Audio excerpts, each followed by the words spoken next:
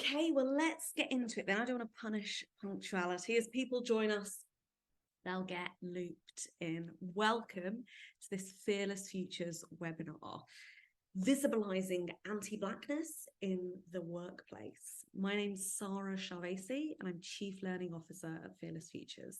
My pronouns are she and her. And you'll recognise that this webinar was billed to be a conversation between myself and my colleague Ruby. Unfortunately, Ruby's unwell, can't join us this morning. So fortunately or unfortunately, you've only got me this morning. Just some things to consider before we get started. First thing, really important, closed captions are enabled for this webinar. If you want or need them at any point, you can enable them on the bar at the bottom. Although if you have your Zoom set up at full screen, it might be the bar at the top. And it's just show subtitles or show transcript that you can click on and you'll have them immediately. Now, talking about inequity, any inequities and exclusion in society, in the workplace, can be challenging stuff. I really appreciate that. So I'm going to give you a specific content warning for this webinar that, some of what we talk about might be difficult to hear. As a result, I invite you to look after yourself for the 60 minutes of this webinar. Some ways you may want to do that we can support you on. One, you might want to take a time out and listen to this in installments or watch this in installments. If you want to do that, you can, because this is recorded. So you can come back to this webinar at any time. We'll have it on our website. Also, you may not want to be looking at my face. You may not want to look at the screen for this. You may be more comfortable just listening. If that's the case, that's absolutely fine. I'm not going to be using any visual stimuli this morning at all. There's no PowerPoint slides here. So you can just listen to it like a podcast, like the radio, if that's more comfortable for you. But please do look after yourself as we move through this webinar. Something else to be aware of is we have enabled the Q&A function for this webinar. So I'll be sharing some thoughts with you throughout, but there'll be plenty of time at the end for your questions. You can ask me anything. So if a question comes to you while I'm talking, that's fine. Pop it into the Q&A function. Again, that will probably be in the bar at the bottom of the screen. And I'll try and get through as many of those as possible. Okay, let's get into it. This, as I said, grey and drizzly Thursday morning. Thanks so much for joining me. There's been a growing conversation across our society at large, but certainly also within our workplaces around anti-blackness. You probably saw this accelerated after the murder of George Floyd. And that's some of the discussions, the really important discussions around the continuing presence of anti-blackness in our society. And whilst those discussions, that noise is so important as an initial step, the question we always need to be asking ourselves for our Black colleagues is, what is really changing on the ground in our workplaces? What's the material change? And how are we ensuring that our workplaces are places that all colleagues can succeed and thrive, regardless of their race? Now, a study came out last week that some of you may be aware of, a Cambridge University Black British Voices study. And I want to give you this statistic. It said that 88% of Black people say they have experienced racial discrimination at work. 88%. In fact, almost all respondents of this survey, so 98%, so they've compromised their self-expression and identity to fit into the workplace by adapting speech or hairstyles, for example, with appearance and cultural backgrounds cited as factors influencing their lack of promotion or development in the workplace.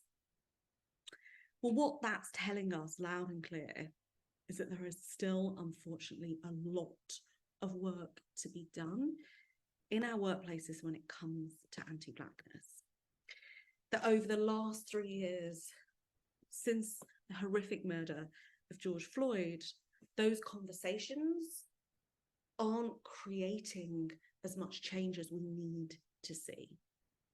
And so that's what this webinar is all about. I'm here this morning to share with you practical steps you can take today to really accelerate change, to disrupt anti-blackness in your workplace.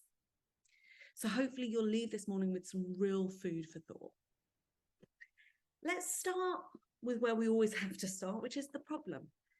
We cannot solve for any problem in our workplace unless we truly understand it.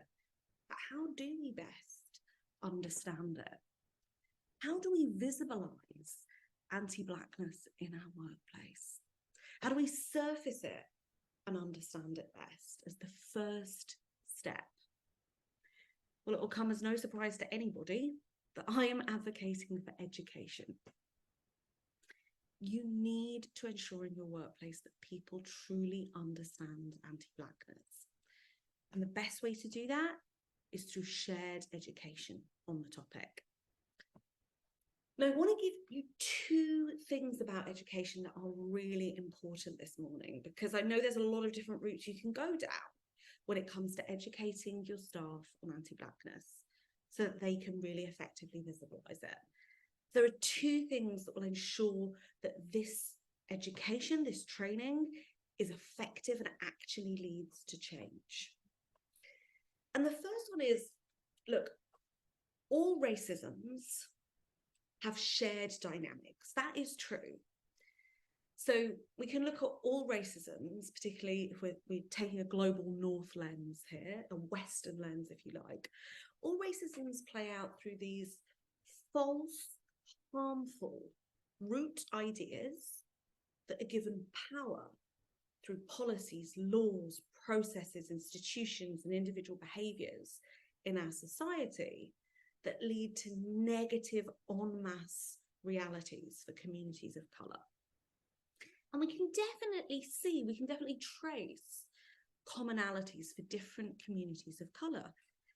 For example, if we look at the South Asian community in Britain and we look at Black communities in Britain, we can see similar ways in which racism can play out for them.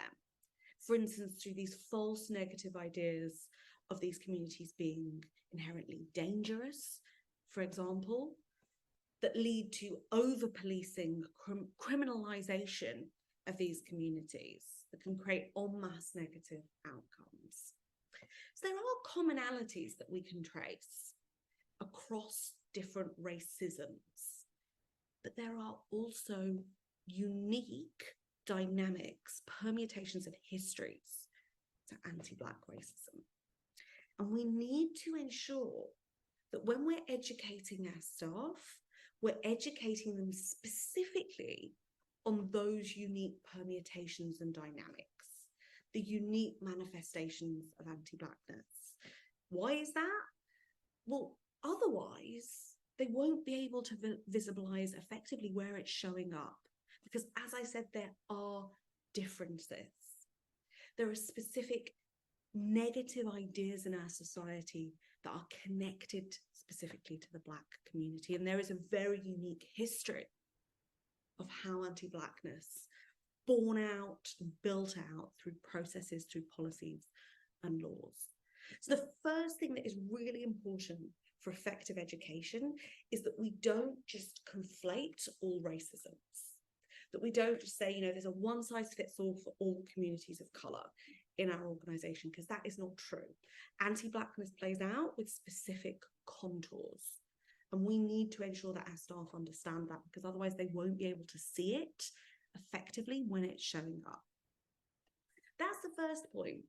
The second point around effective education when it comes to anti-Blackness is we need to ensure that when we're educating our staff on anti-Blackness, we're educating them that Black identities and experiences are not singular and static.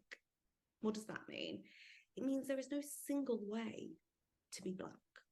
There's no single Black experience. There are many Black communities across the world. We need to be really careful. We're ensuring that our staff understand the intersectional identities within these communities. What do I mean by that? Well, I mean that Black Muslims do exist, that Black LGBTQA plus folks exist. And it is really important that we're acknowledging those intersections when we speak about anti-Blackness and about Black identities and cultures and communities within our organisation. There's this temptation sometimes to kind of conflate and kind of flatten Black communities into a single static category. We need to educate our staff to avoid that and to ensure that they have a broader, more expansive understanding of what Blackness means to people. Take this, for example. Imagine a Kenyan Black man who has moved to the UK as an immigrant and is working in a rural, very homogenous white area of the United Kingdom from a middle-class background. And then I want you to imagine, on the other hand, a young Black girl living in a city, in an American city, in a predominantly Black neighborhood from a working class background. I mean, you don't need me to say it, right? Their experiences are going to be different in many ways. There will be commonalities. There'll also be extreme differences in their lived experience and how they may even understand their own experience and identity. And so we need to be ensured that when we educate our staff, they're not falling into ideas of what default Blackness is, that they understand there is a plurality of Black experiences, and they're leaning into the fact that there are intersectional identities in there as well. So those are two things that are really important when we educate our staff on anti-Blackness. But is it just education that matters when it comes to visibilising anti-Blackness in our organisations? No, it's a starting point, but it won't solve the problem. Education always needs to be married with constant reflection and discussion. And this is extremely important when visibilising anti-Blackness in our workplaces. Why? Because anti-Blackness doesn't just play out, sadly, and it does play out at this level, but not just at this level, at the macro extreme level in our workplaces. It also plays out in these subtle ways that can be quite invisible to people. I want to give you an example. Often in our workplaces, one way that anti-Blackness can play out is through what might be seen as normal, objective decision-making. Here's an example. We have a white man and a Black man both going for promotion within the same organisation. Both of them show the same behaviours and attributes. However, in the white man, these behaviours and attributes are read as commanding and assertive. He can deal with a large team and make difficult decisions. But it may be the case that the exact same attributes and behaviours can be read very differently because of the Black man's identity. It can be read as aggressive, abrasive, difficult to work with.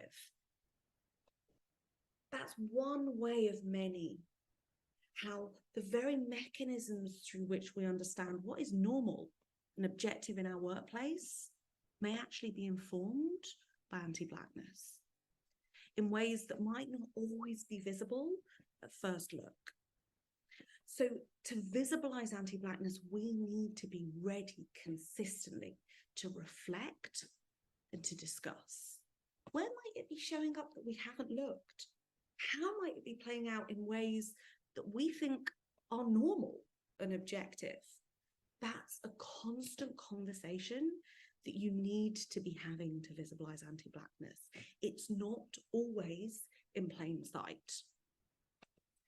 So that's how we visibilise anti-Blackness: education, and constant reflection and discussion. And when I said education, remember two key important things there. Ensuring that this education does not conflate racisms, but really looks at the unique permutations of anti-blackness, that this education introduces people to an expansive understanding of Black identities and communities.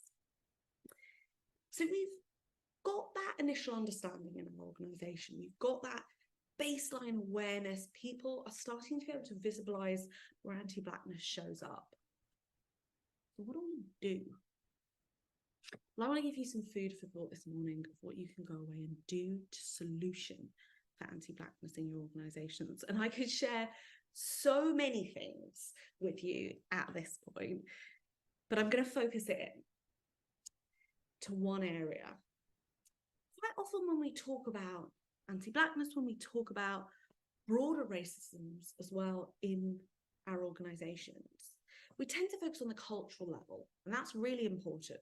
When I say cultural level, I mean how people show up, how people talk to one another, how they make decisions, how they behave.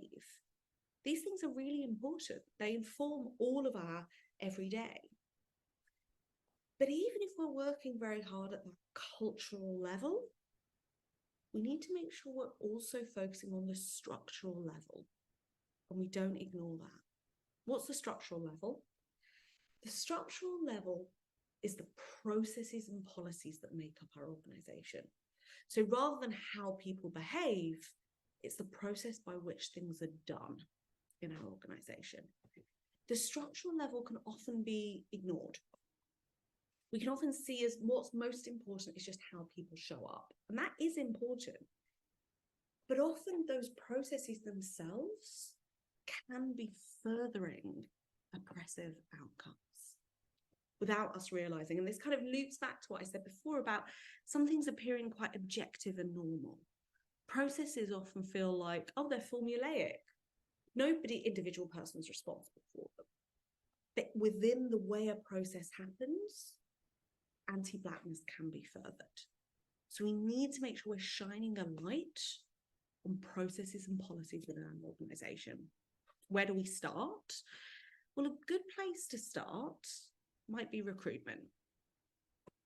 Recruitment is an area I know lots of organisations are focusing their attention when it comes to many oppressions, but certainly anti-blackness. I want to give you some concrete ways you can disrupt anti-blackness through your recruitment processes and policies. The first one is codify expectations. What do I mean by that? Quite often, our recruitment processes are highly subjective. And in subjectivity, anti-blackness thrives. Because that's where people can make decisions based just on what they think or feel or prefer. And sadly, in a world where there is a lot of anti-Black messaging, that can mean that those decisions are not in favour of Black folks in our organisation. What we want when we're recruiting somebody, baseline, is the best person for the job. And therefore, we need to get rid of that subjectivity, or at least reduce it as much as possible. A way that we can do that is through codifying expectations. Put simply, that means writing down really clearly what outputs and experience and attributes you need for the job. Not allowing assumptions, subjectivity to thrive, but having it written down clearly. These are the things that we're looking for this job. And ensuring that that codification of expectations is played out in the job description, in the questions or assessments that are run, and the decisions that are then made. And I want to say something about the questions that are asked in interview or assessments that are run in a recruitment process. You should always be looking at these codified expectations and be analysing back the questions you ask and the assessments you run. And if they're not connected or strongly connected to what you've written down you need from the role, you shouldn't be doing them, because they're clearly testing for something else that is not integral to what you need for the role. So always be looking, okay, we've decided these are the things we need for this role.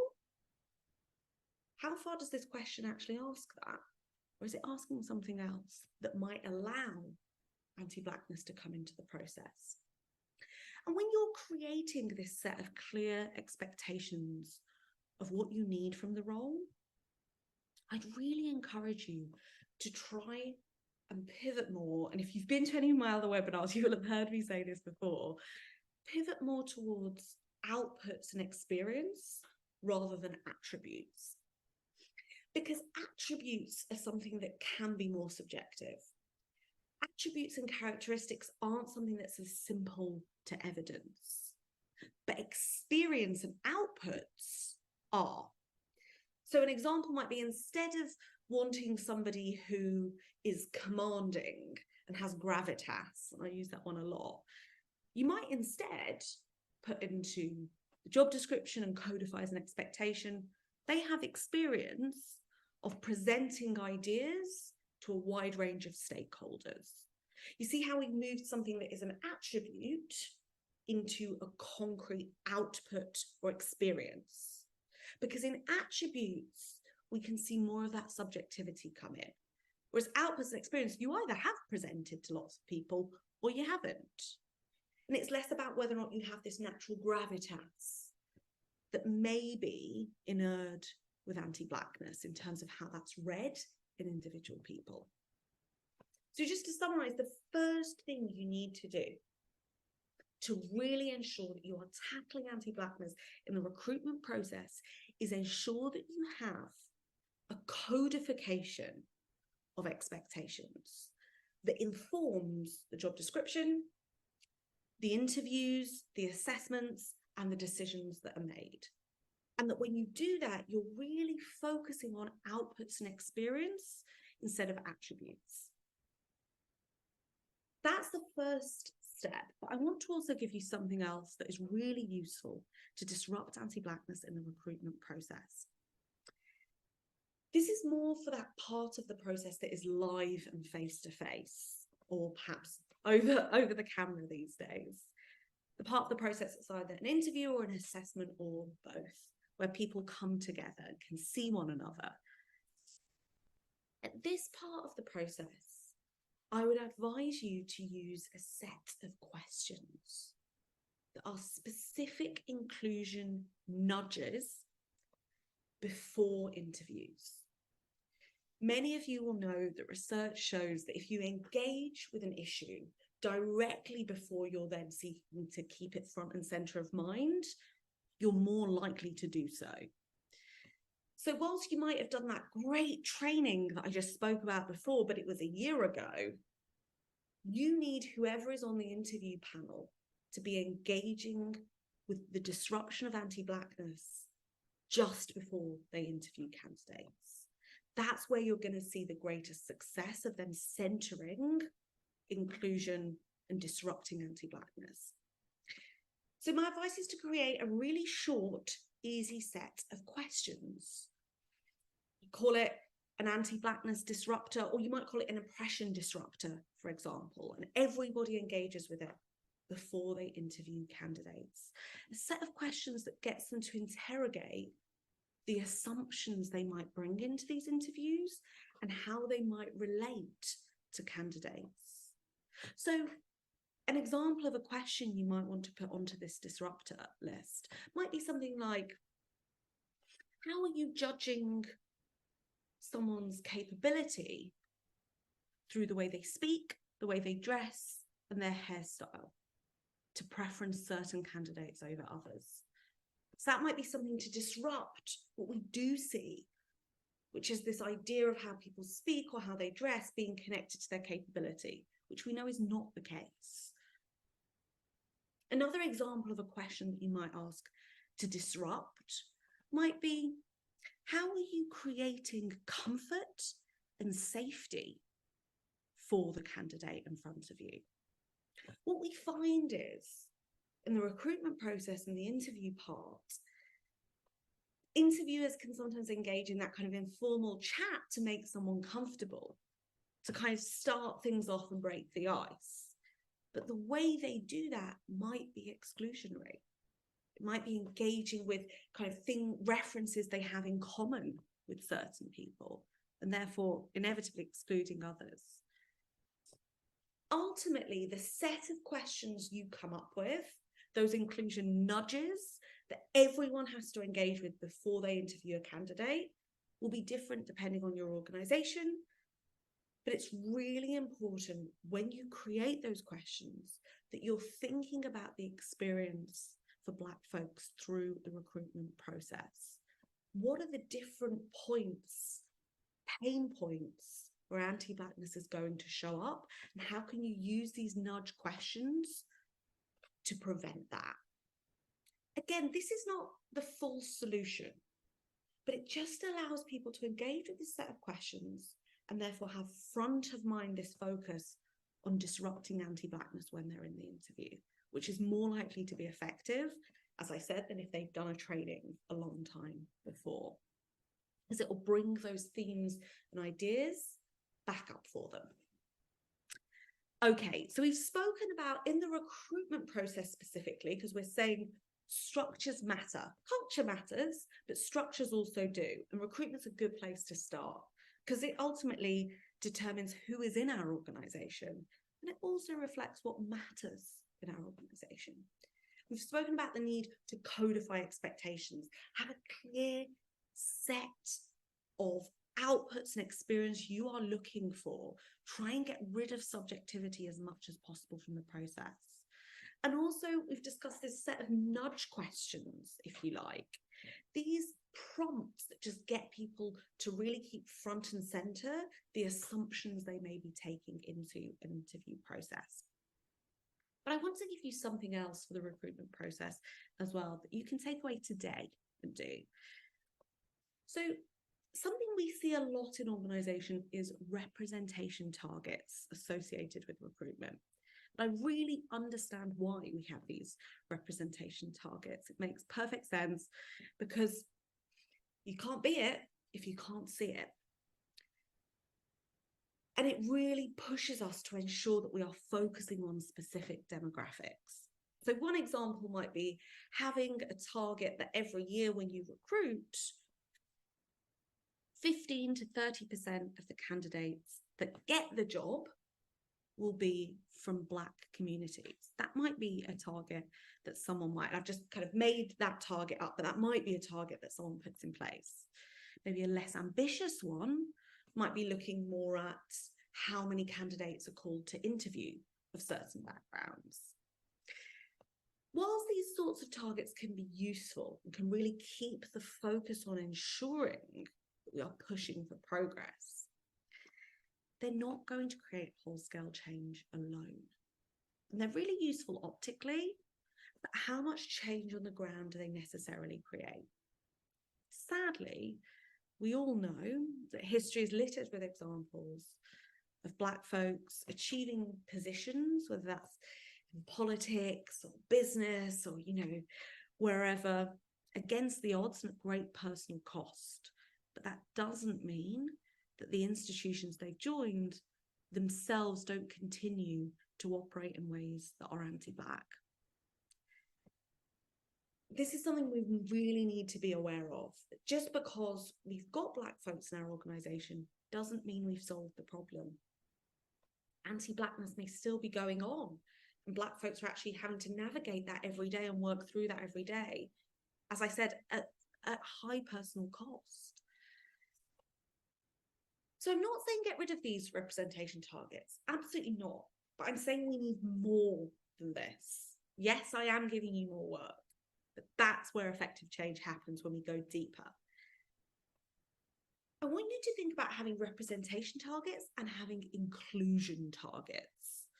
So how's an inclusion target different? Well, a representation target for a recruitment process is just how many people either we interview or we recruit of a certain background. Very simple numbers. The inclusion target's a bit more complicated. The inclusion targets often is an inclusion measure over time of our culture. So we usually achieve this through surveying or focus grouping or interviewing our staff over a period of time. So I'll give you an example. One inclusion target might be, over the next 5 years at our organisation, the Black folks that we recruit into our organisation are going to show higher rates of feeling valued and feeling that they can be promoted, developed and progress at our organisation.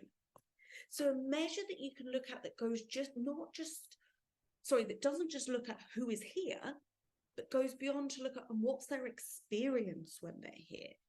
How can we go beyond the recruitment process to look at how far they actually feel included? And I think a really useful one is looking into people's sense of how far they feel they will be fairly promoted, developed and able to progress in an organisation, because that usually reflects how far they feel people like them are being fairly treated. So that's one measure you could use for your inclusion target. So I really invite you through the recruitment process to go beyond representation targets that are not bad, but only give us half the story and are not ambitious enough if we really are committed to creating real change and disrupting anti-blackness in our workplace. To go to inclusion targets as well. Yes, they're more work. We're going to have to run surveys or focus groups, depending on what we prefer in our organisation. We're going to have to track people's experience over time after we've recruited them, not just who comes into the organisation, but who stays, what's their experience. But that data will be able to give us a much deeper qualitative picture of what's really going on the ground, who's valued, who's being promoted, who's experiencing oppression every day, not just who is here. So alongside in our recruitment process, codifying expectations and creating that nudge list, that checklist, I encourage you to also think about using inclusion targets alongside representation targets as well to really push forward change and ensure that you are showing up for the Black communities at your organisation or those that are not at your organisation yet. Okay, I'm going to take a breath because I've thrown everything at you. I've given you so much food for thought, but I wanted this morning to feel really practical. And I wanted you to leave feeling like there are things you can go away and do today to create real change. Now, remember, I've spoken quite fast, but this webinar is recorded. So if you want to come back to any parts of what I've said and dig deeper, then please do. It'll be up on our website, not immediately, but soon after this event. This is the part where I hand over some power to you, because I've given you my suggestions for how you can visibilise and solution for anti-blackness in your workplace today. But you might have some thoughts yourself or some questions for me. So what I'm going to ask you to do is, if you haven't already, and I know some people have already, but if you haven't already, could you please bring a question to the Q&A function? You might not have a question right now, that's also okay. But if you do have a burning question, I would love to hear it because we've got some time and I'd really like to answer your questions. While people are coming to the Q&A function to fill this in, you'll also see a QR code just go into the chat, or just a link go into the chat for a form that we'd love for you to fill out for us. We love running these webinars to share knowledge and share ideating and thinking for real change across a range of organisations. So we want your thoughts on how we can do better and what worked for you this time. So I'm giving you just 2 minutes. Share your questions with me, fill out this really quick form. I can see the questions coming in. I'm so excited. 2 minutes, and then I'm going to answer as many of your questions as I can.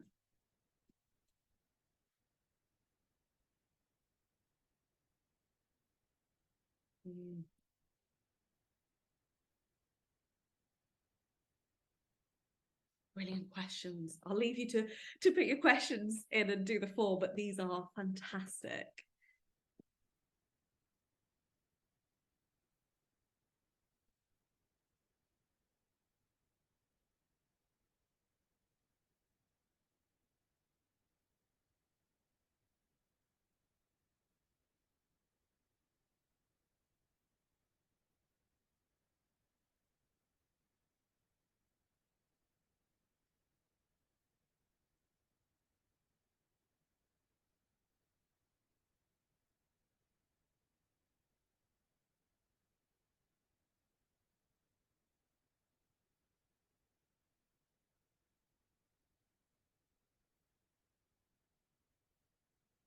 so many amazing questions. I haven't got tons of time and I want to answer as many of these as possible. So I'm going to jump straight into them, folks. Don't worry if you haven't finished that form, you can finish it at the end or afterwards.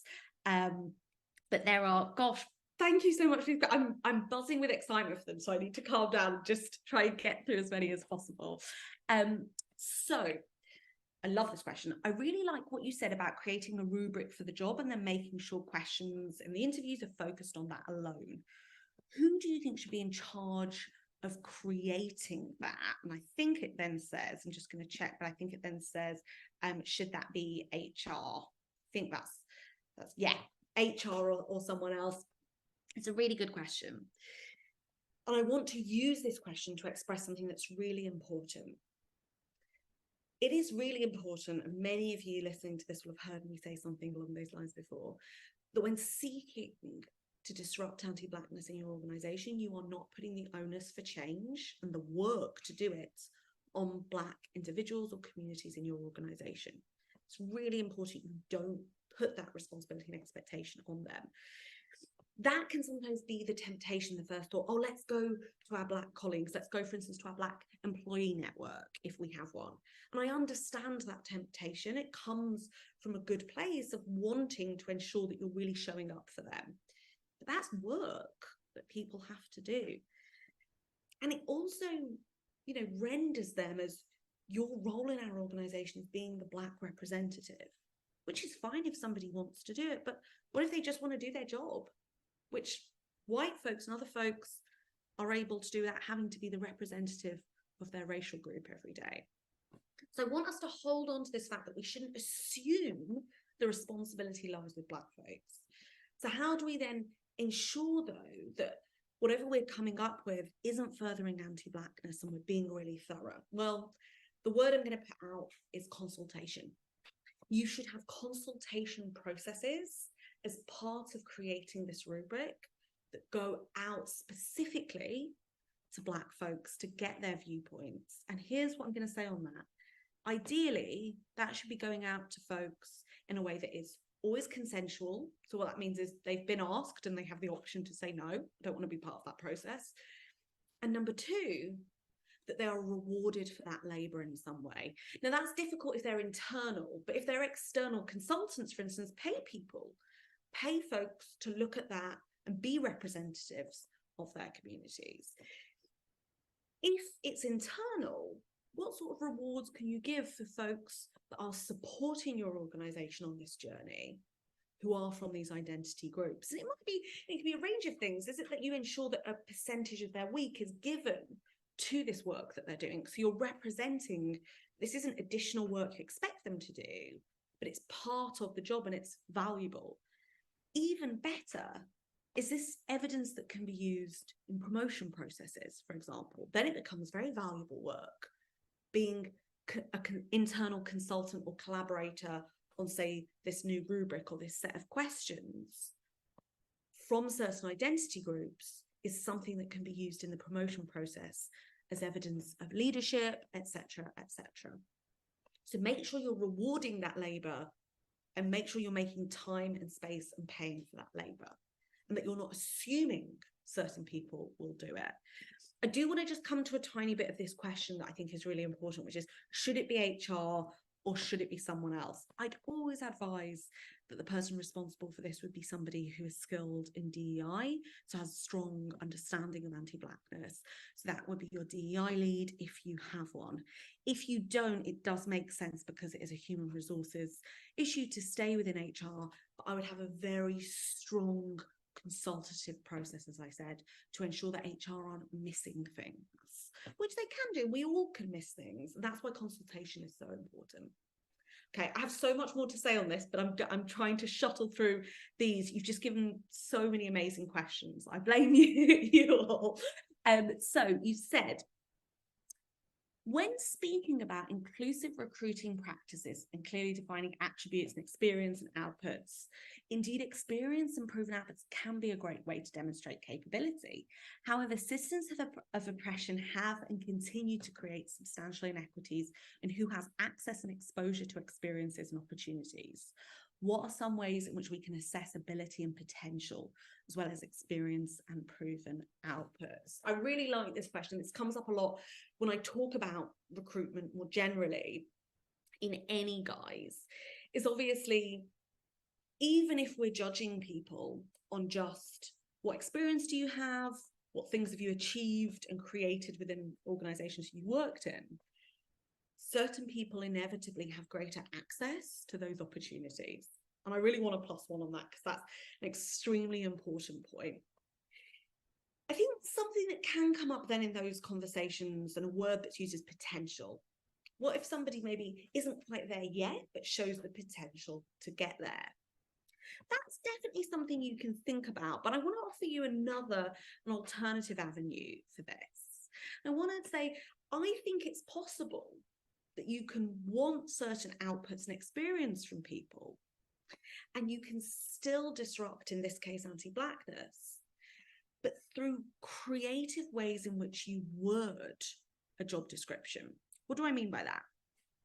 Well, if I say something like this, you've shown experience of, let's say, selling into high value organizations, etc., etc. There's only certain places or domains where you can have shown that and have gained that experience. So how do you move that wording so it's more expansive, so it brings in people that may be able to show that, evidence that, but not necessarily through these specific places? Stay with me on this one, because I know it's complicated. So an example we might use instead is, rather than you've sold into XYZ types of organizations, you've been able to compel people to listen to your point of view and follow your agenda. You see how that's broader and could show up in other domains than just having sold into specific places. And also, I'd really encourage you to share in the job description that people can evidence these experiences and these outputs, not just through formal work experience. It could be informal settings that they found themselves in. Because when we're looking for somebody for a role, we want them to be able to deliver on particular things. But we don't need them to have delivered it in a workplace setting only before. We just need them to be confident and be able to deliver on that. So a lot of this is about wordsmithing. It's about being creative with our wording to ensure we're not boxing people in. We're not essentially saying, I just want you to have sold to these sorts of clients before. Because if that's what we're saying, we are going to only get people from very homogenous backgrounds, because inevitably in certain sectors, we do see that only certain people have access to opportunities, or at least more so, than others. What we actually want to do is be more expansive with our wording to show, I want to see this, that you've done something like this, but it doesn't just have to be in these settings. It could be in a wider space. And hopefully that example I gave you really differentiates between those, being able to compel people to our argument or bring them along with us. That's not quite the same thing as direct selling into these organizations, but it's ultimately the same skill. That's something I think can be really, really powerful. Yes, it does take you more time, because you can't just write down those statements, those bullet points that you've always put on your job descriptions. But this is something we need to be ready for, is that when we're disrupting anti-blackness, when we're fighting oppression in our organizations, and that sounds like a very big word, fighting, when we're disrupting it and trying to solve for it, we need to be ready to do some of that work. We need to be ready to put in the time so that we could create real change. So I have, again, so many more things to say on this, but I'm going to stop myself so that I can answer more questions. Your questions are fantastic. There is no way, by the way, that I'm going to get through all of these, but I'm going to try. So thanks for the great food for thought.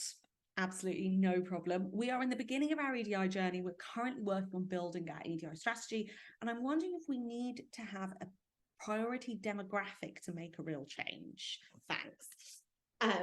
Firstly, thank you so much for your lovely words. The answer is no. I would never advise that. So something I say a lot, and this is slightly not relevant to the topic we're talking about today, although it's connected to it, but something I say a lot in my webinars, in my workshops, is we've got to be really careful when we focus on one community only at a time, because what is that articulating to other marginalized communities? That doesn't mean we can't give time and attention to understanding different oppressions, because as I said at the beginning, for instance, anti-blackness has its unique permutations and history, but we need to be aware that when we're solving for exclusion and inequity in our workplace, we're doing it in a way that brings as many communities into that process as possible. How do we do that? Well, something I often say to people is, instead of focusing on one community first, which inevitably will make other people in the organization feel their marginalization is less important, get to the back of the line, etc., try and focus on one policy area at a time. So what we've spoken about a lot today is recruitment.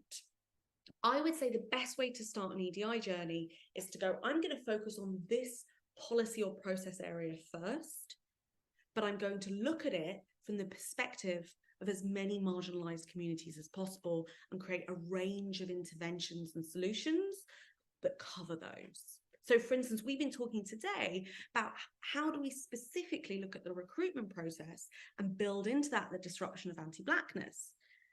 What we would then do is look at, okay, what other communities might be excluded through our recruitment process, and what changes might we need to make for them also?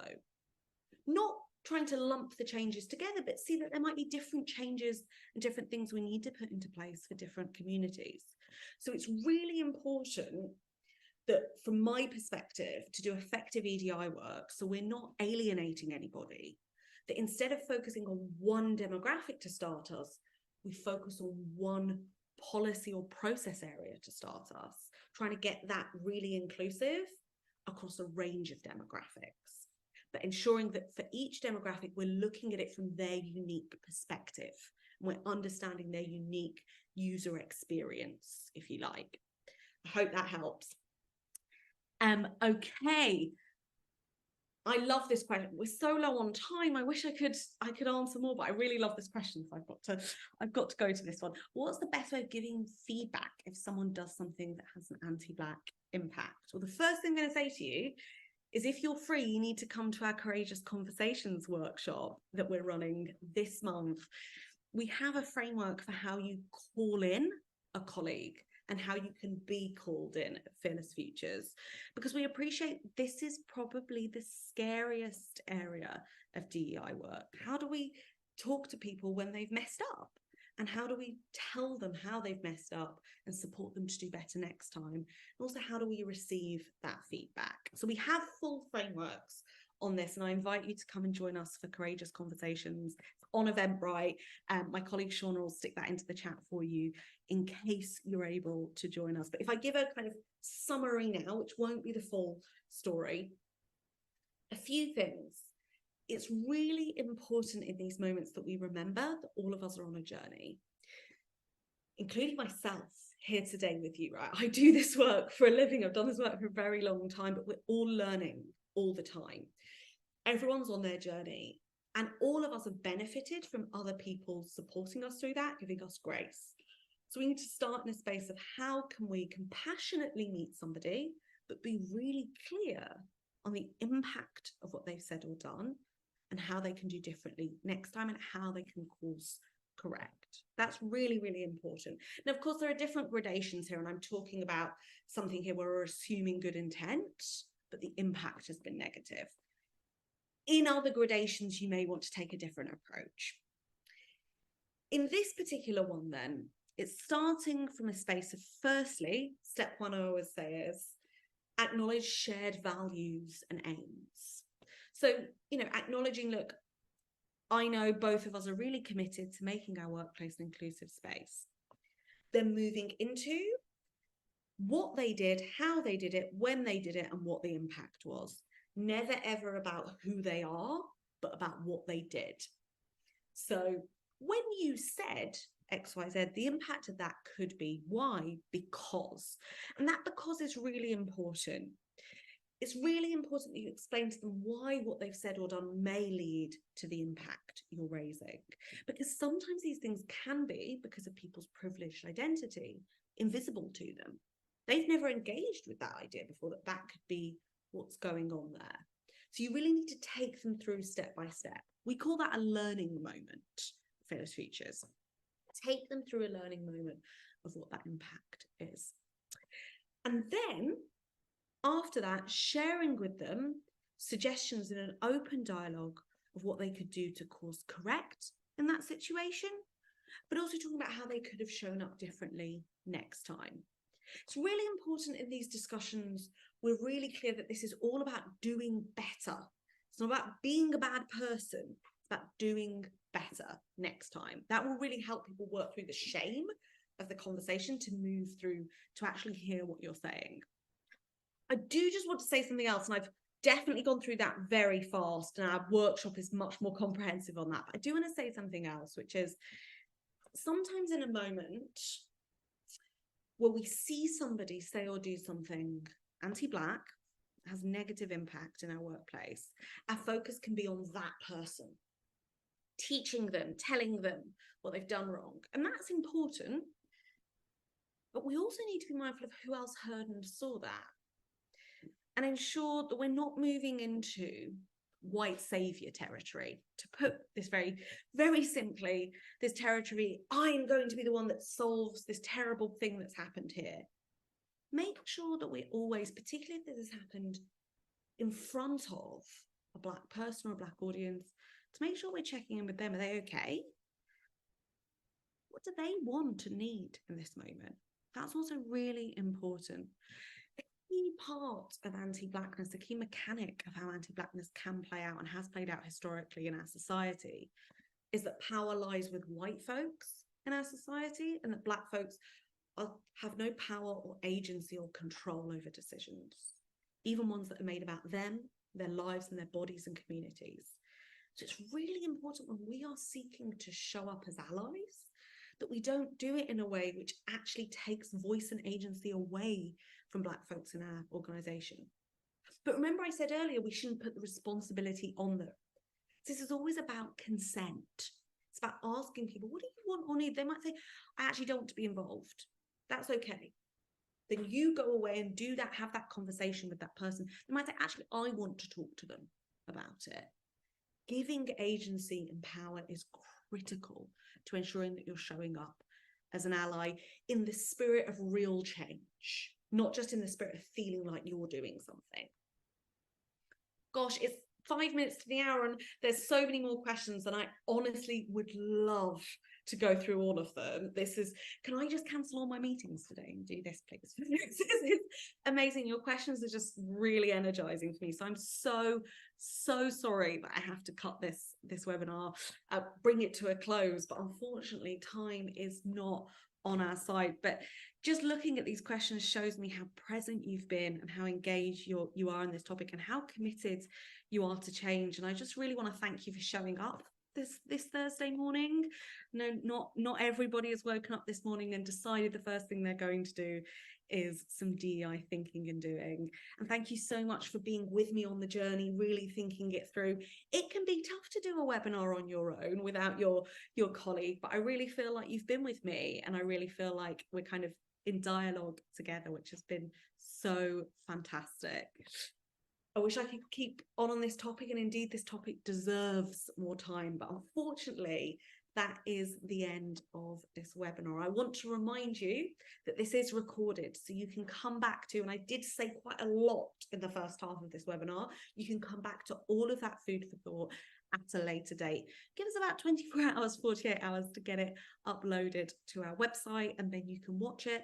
We would love if you could share it with your colleagues so that you're sharing this expertise with others and getting others to think through the issues also. As I shared as well, we have a workshop coming up on courageous conversations. So I invite you to join us if you want to learn how to have structured conversations with your colleagues about how to call them in and how to be called in. It is one of the most important skills to scale DEI behaviours across your organisational ecosystem. If that date doesn't work for you, we've got more free webinars. So something you can do today for your colleagues to really show up as an ally is to invite them to one of our webinars. We've got one next month on class and socioeconomic status. Come along, join us, keep doing the thinking, keep talking about this, keep reflecting on it. Thank you so much for showing up. If you haven't already, we would love for you to fill in that form that we shared to get your thoughts. Otherwise, have a lovely rest of your Thursday, and I'll see you next workshop or webinar. Bye for now.